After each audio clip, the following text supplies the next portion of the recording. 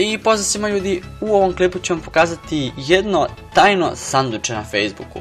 Sad, prije svega, prije nego što počnemo ovo da pričam, reći ću da ovo nije 100% neko tajno sanduče, jer možda postoji neko među vama ko za ovo već zna.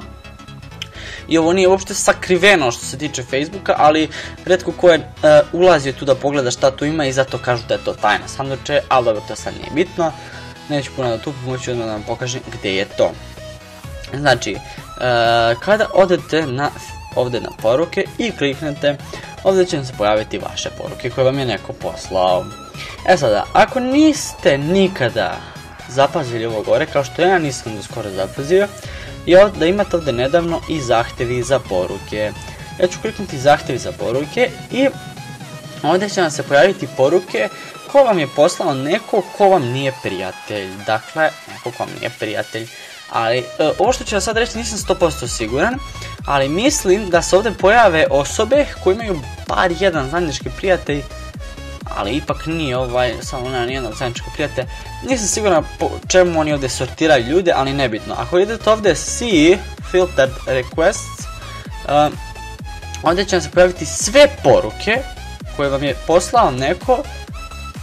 Kažem, opet ne znam zašto ovdje pakuje, mislim da vam odavde šalju poruke ljudi koji nemaju nijednog zajedničkog prijatelja niti išta zajedničko sa vama, pa da se oni ovdje pakuju.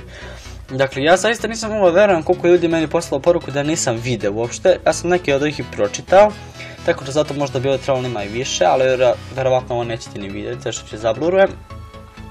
Tako da, eto ljudi, to bi bilo to neko kao tajno sanduče koje se krije na Facebooku. Kažem, možda je neko od vas znao već za ovo, ali eto, ko nije znao, eto, nešto novo da sazna. Tako da, ljudi, to bi bilo to. Hvala što ste pogledali ovaj klip, nadam se da vam se svidio. Ako jeste, ostavite like, share i subscribe.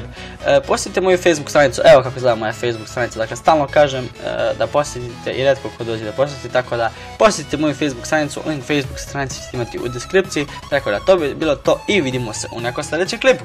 Ćao!